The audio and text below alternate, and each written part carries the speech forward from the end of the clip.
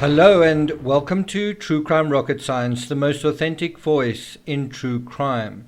This is going to be a slightly different episode on the day after Thanksgiving. I hope you guys had a good Thanksgiving, especially those of you in America. No one can tell you how to grieve, and no one can know what you're going through when you've lost someone. But human experience is universal, and the chances are the spectrum of feelings you feel and are feeling, others feel or have felt. This Thanksgiving was, I think, one of the most bittersweet in human history. I think if you had Thanksgiving during the Second World War, the First World War would have felt similar. We are grateful to be alive, grateful for what we have, but we're also conscious in that gratitude for what we've lost. And I think authentic gratitude is to be imbued with an awareness that what we have is temporary, fleeting, and fragile for us to truly feel it. Over the past day, Gabby Petito's family have paid tribute in their various ways to Gabby. And I think what we learn from this, what we see through this, is the way to grieve and perhaps to transcend grief, right?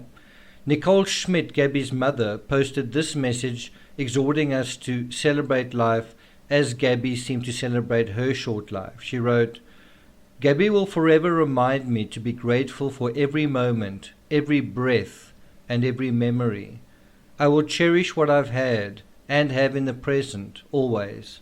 Live with love, laughter, and gratitude." Her husband Jim, a firefighter, remembered his own mother, who died 7 months ago in April this year, April the 20th. Jim tweeted, quote, "Went to visit Mom today. Our first Thanksgiving without her, Grandma and Gabby. I miss you all immensely. I know you are all together watching over us. Life is truly a gift, and love every minute of it. Be present in every moment with your family, and live life to the fullest." End quote. I know the sentiment of, I know I will miss you immensely, because I lost some people close to me this year as well, in fact, in the last 2 months. And those feelings of loss and despair and missing only seem to increase with time, especially when the loss is still recent, raw, and all too real. Gabby's father's sentiment echoed her mother's. Be thankful for the time you get to spend with them all. And so this is what he wrote. Joseph Petito tweeted, "Thanksgiving, a day for being thankful, thoughtful, and giving. Hug your family and friends. Be thankful for the time you get to spend with them all. We miss you, Gabby Petito. You should be with us, but now all we have are the pictures."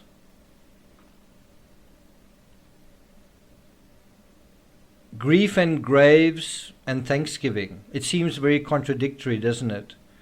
But that reality is sort of with us always, because if it feels like we've lost others, eventually we will be lost to the void too. It's inevitable.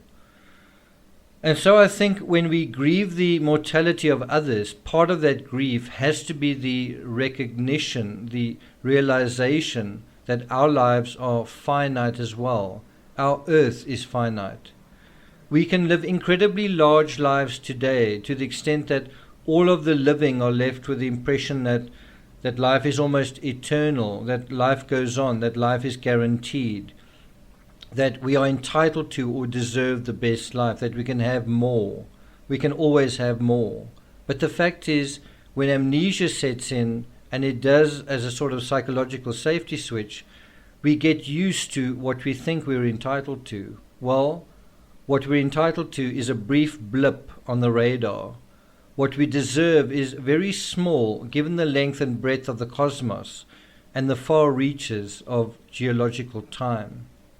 And so I think this image of the bench, sort of in the using some of the iconography of Gabby Petito, the butterflies, some of that design, this bench sort of puts into perspective some of those ideas, a person's life, and then remembered as this bench while the cars pass by, and think about the breadth of the cosmos and geological time in the context of this bench and these butterflies. So how do the living cope with death? How do we grieve during Thanksgiving or give thanks in a genuine way during times of grief or difficulty? If grief, despair, or depression is too overwhelming for you, the antidote is gratitude. If you can find something to be thankful about, if you can start down the road of gratitude, you stop walking the path of complaining and kicking against the stones of frustration. Gratitude is an attitude that immediately tilts your uphill road downhill. The best way I can describe it is with this analogy.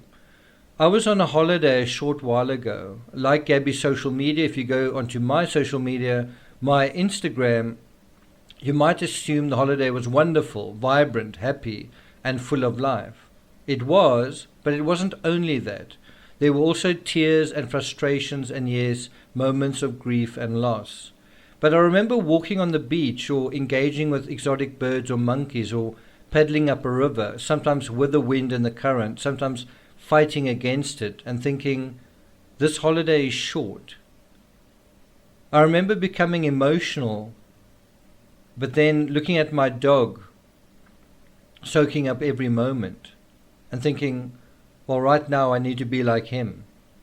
Every moment you use to enjoy being here is a moment you win, a moment you keep, a moment that expands who you are and your place in the world. Every moment you're preoccupied with what's missing or what's not right, you lose, in a sense, that time you've been given to live. I'm certainly not saying never grieve, never be introspective, never be thoughtful, or avoid being unhappy at all costs. Far from it. It's through these traumatic times that we learn how precious life is and what life is all about. And our grief redeems us. And hopefully we find meaning in our lives to pause, to notice that living isn't a guarantee. What I'm saying is don't brood, don't dwell on it, don't seek out those depressing thoughts and so on. You can give a moment its due and then you can let it be. Let it be within the grace of knowing we cannot avoid much the same fate either. And what we do know most certainly is that while others pass on, we're alive, and time is short, and time is always running out. For us, for everyone, just as it did for them.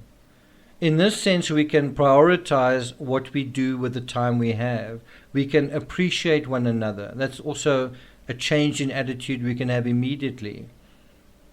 Those among us that share that challenge, the adventure, the thrill of life and being alive, we can appreciate them. We can gravitate towards those who appreciate life and have the right attitude.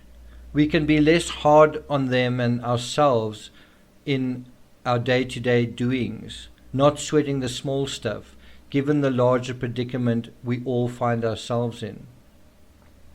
We can be less hard on just the people around us. We can appreciate ourselves and others in the fleeting moment of creation that is the ever-expanding, ever-unique, never to be repeated now.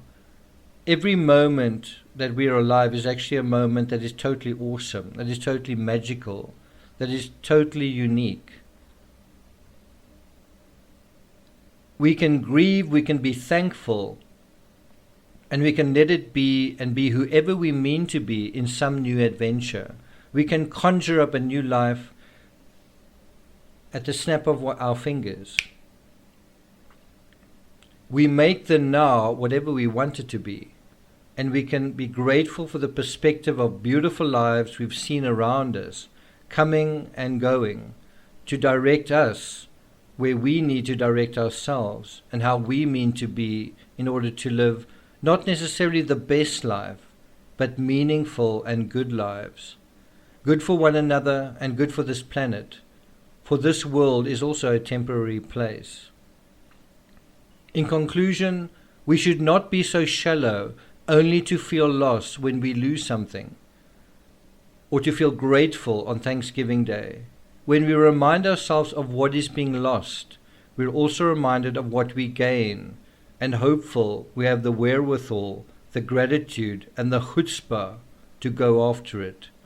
Thank you for listening, and I'll see you guys next time.